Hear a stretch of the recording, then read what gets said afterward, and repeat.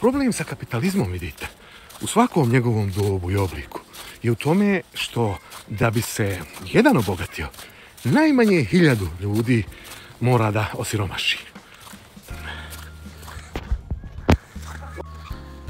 Evo sada, kako je 30 godina ovoga Dejtonskog mirovnog sporazuma, sve češće se priča ne samo o tome kako je politički uređena Bosna i Hercegovina, nego kako je i društveno-ekonomski uređena u samom Ustavu, to jest aneksu 4 Dejtonskog mirovnog sporazuma. Naime, u Ustavu je rečeno da će biti tržišna ekonomija i da će se morati desiti i sprovesti privatizacija.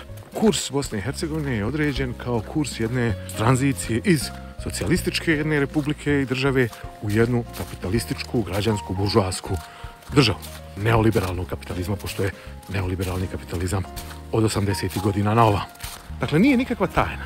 I nama je odavno rečeno da bi Bosna i Hercegovina uspjela kao država, da je neophodna tranzicija, to je privatizacija i prvobitna akumulacija kapitala. To će reći, potrebno je nekih 200-tinjak familija, dovoljno bogatih, da stvore strukturu nacionalnog društva i, naravno, vladajuću ekonomsku i političku klasu.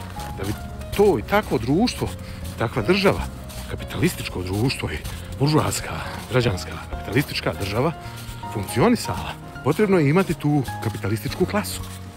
Bez njih nema građanske, to jest buržoaske države Bosne i Hercegovine, kakva je osmišljena u Dejtonu, u ekonomskom i društvenom smislu. Isto važi za sve ostale bivše republike, bivše SFRJ Jugoslavije. Tuđman je isto tako govorio o tih 200-tinjak familija, vjerovatno se i vi sjećate.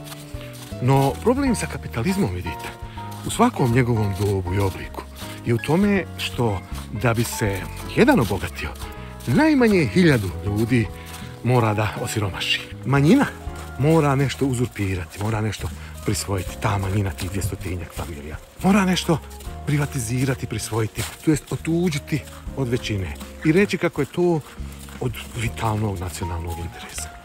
Da će država propast ako ne bude tako. Da ćemo svi kao društvo propast ako ne bude tako, ako ne bude da se zna ko kosi ko vodu nosi, da ima vladajuća klasa vlasnička.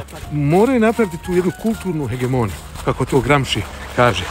Kulturnu hegemoniju unutar društva gdje je mainstream, dakle glavni tok kulture, razmišljanja, informacija, snova, ciljeva, definicija uspjeha u životu i sve, komandovana i dirigovana i definisana od strane vladajuće klase, kapitalističke klase, vladajuće elite. I ona mora da indoktrinira i da ubijedi ljude da je to jedini put, jedini način. Znači, praktično mora ubijediti mase da se žrtvuju za nacionalnu elitu. Ali u perifernim zemljama, u ovom perifernom kapitalizmu, gdje mi spadamo, u pravilu ta elita postaje kompradorska elita i posreduje u totalnoj rasprodaji svih prirodnih resursa i svojih građana. U ulozi svodnika, praktično, pimpa svoje države i svog društva. U tom sistemu većina mora odabrati da bude osiromašena i marginalizirana, jer ko biva drugačije ne može. Mora odabrati za dobrobit nacionalne države, buržoaske. Jer ne može i vuk sit i ovce na broju. Neko mora da plati i zaplati. Za državu, za narod, za domovinu, za otadžbinu. Mora da se žrtvuje. I to je ritual kapitalizma i buržoaske nacionalne države, to prinošenje ljudske žrtve na oltaru domovine. To je osnovni ritual kako funkcioniše taj čitav sistem. On opstaje i postoji na mitovima, narativima i na ritualima. Tolika žrtva zarad 200 familija. Tako funkcioniše kapitalizam i njegova država. Zato im služi država. To je to.